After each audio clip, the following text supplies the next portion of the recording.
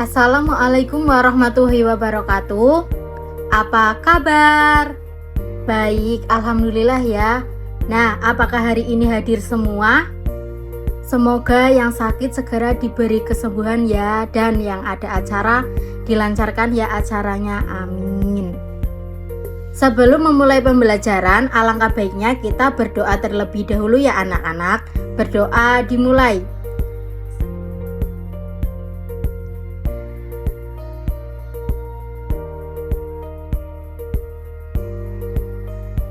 Berdoa selesai. Nah, sebelum memulai pembelajaran, silakan siapkan alat tulisnya terlebih dahulu ya. Ayo disiapkan. Jika sudah disiapkan, sekarang kita mulai pembelajarannya ya. Nah, sebelumnya Ibu mau tanya nih, kemarin kita sudah belajar apa ya? Betul, kemarin kita sudah belajar Al-Falaq. Jadi sekarang kita belajar tentang Al-Ikhlas. Ada yang tahu nggak nih apa itu Al-Ikhlas? Ayo, siapa yang tahu? Betul, artinya kemurnian keesaan Allah. Lah, berapa sih ayat surat Al-Ikhlas itu? Berapa ayo? Betul, surat Al-Ikhlas itu memiliki 4 ayat. Kenapa sih termasuk dalam golongan surat Makkiyah? Ya, karena surat Al-Ikhlas ini turun di kota Mekah. Nah, dalam Al-Quran ini juga surat Al-Ikhlas menjadi urutan ke-112. Nah, selanjutnya kita belajar membaca surat Al-Ikhlas ya. Nanti Ibu dulu baru kalian menirukan ya. Kita membaca basmalah terlebih dahulu ya. Bismillahirrohmanirrohim. Ayat yang pertama yaitu Qul huwallahu ahad, Allahus somad, lam yalid walam yulad, walam yakul lahu kufuwan ahad. Nah, selanjutnya kita belajar arti surat Al-Ikhlas. Yang pertama apa tadi? Betul, Qul huwallahu ahad yang memiliki arti katakanlah Nabi Muhammad dialah Allah yang Maha Esa. Yang kedua yaitu Allahus somad yang memiliki arti Allah tempat meminta segala sesuatu. Nah, selanjutnya ayat yang ketiga. Apa tadi anak-anak bunyinya? Betul, lam yalid walam yulad yang memiliki arti dia tidak beranak dan tidak pula diperanakan. Dan yang terakhir yaitu ayat keempat, walam yakul lahu kufuwan ahad yang memiliki arti serta tidak ada sesuatu pun yang setara dengannya. Nah, selanjutnya kita belajar arti perkata dalam surat Al-Ikhlas. Yang pertama yaitu Qul, artinya katakanlah. Dan yang kedua huwa, artinya dia. Yang ketiga yaitu Allah, artinya Allah. Yang keempat yaitu ahad yang memiliki arti esa atau satu. Nah, selanjutnya yaitu ayat kedua.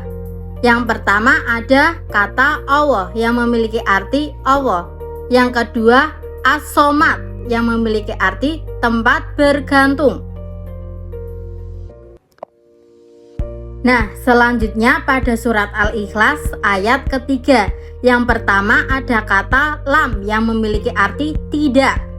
Dan yang kedua yalid, yaitu dia beranak. dan yang ketiga wa yang memiliki arti dan, kemudian lam yang memiliki arti tidak, dan yang terakhir yaitu yulad yang memiliki arti diperanakan.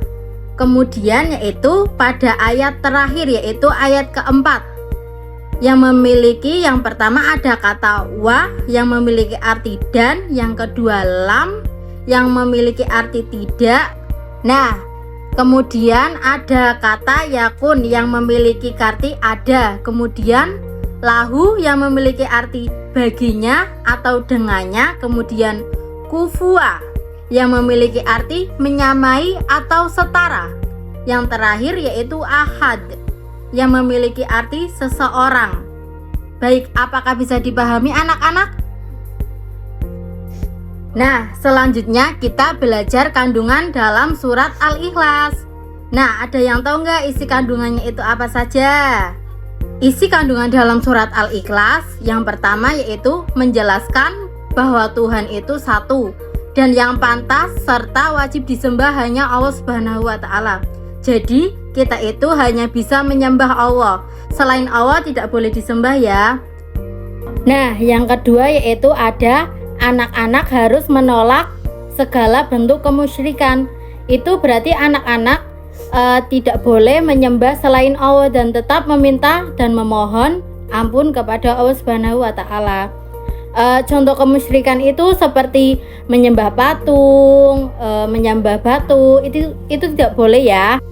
Kemudian yaitu ada Allah memerintahkan Nabi Muhammad SAW untuk menjawab pertanyaan tentang sifat Allah, bahwa dia itu adalah Allah yang Maha Esa atau yang memiliki sifat tunggal atau tidak berbilang dan tidak tersusun.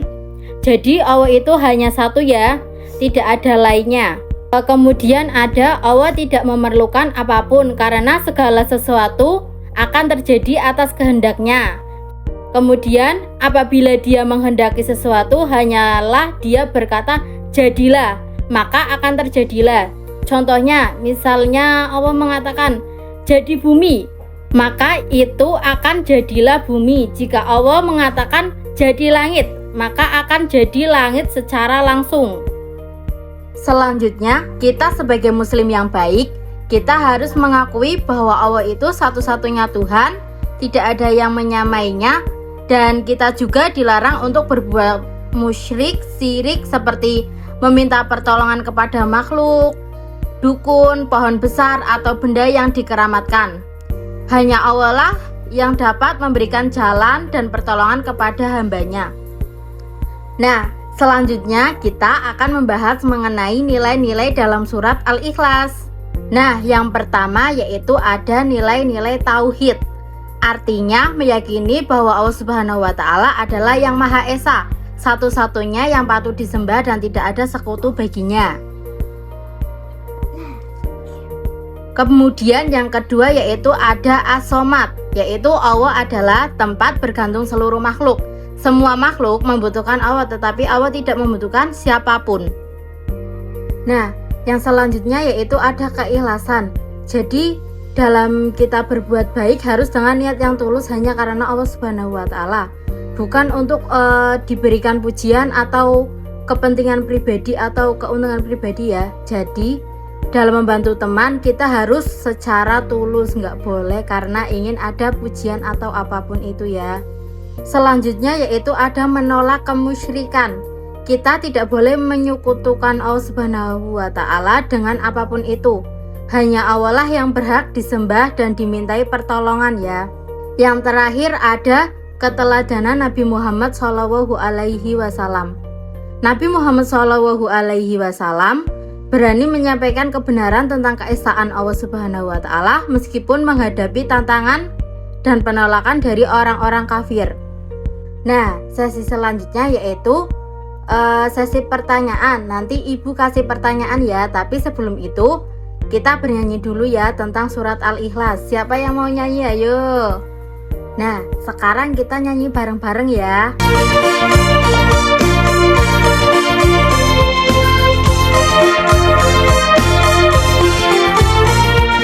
Tuhan itu satu, hanyalah Allah yang beranak, tak punya ayah dan ibu. Disebutkan dalam Al-Quran surat Al-Ikhlas. 4 ayatnya diturunkan di kota Mekah. Hey, Al-Ikhlas tergolong dalam surat Makkiyah. Allah tempat meminta segala sesuatu. 112 urutan suratnya.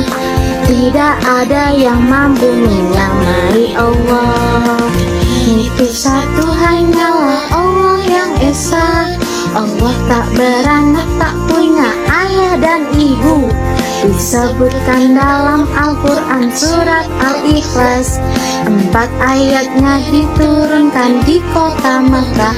Hey, Al-Ikhlas tergolong dalam surat Makkiyah. Allah tempat meminta segala sesuatu. 112 urutan suratnya. Tidak ada yang mampu menyamai Allah. Yeay. Nah, sekarang ke pertanyaan pertama, yaitu pertanyaannya, siapa yang Maha Esa? Ayo, siapa? Ayo. Siapa yang berani menjawab? Ayo.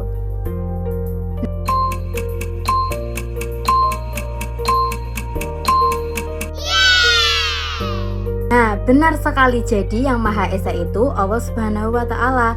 Artinya Allah itu satu, tidak ada teman, tidak ada yang sama seperti Allah. Jadi kita hanya menyembah kepada Allah saja ya anak-anak, karena Allah itu Maha Esa ya. Nah, sekarang soal yang kedua nih, siapa yang mau menjawab? Nah, soalnya yaitu, apa sih arti dari As-Somad itu?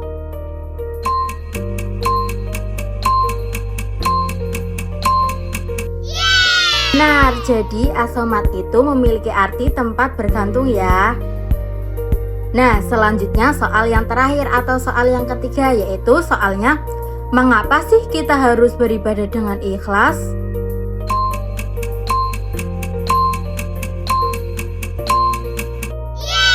Benar, jadi karena Allah itu menyukai orang yang beribadah dengan ikhlas hanya karena ingin mendapat ridha Allah, bukan karena ingin mendapat pujian ataupun kepentingan pribadi lainnya ya.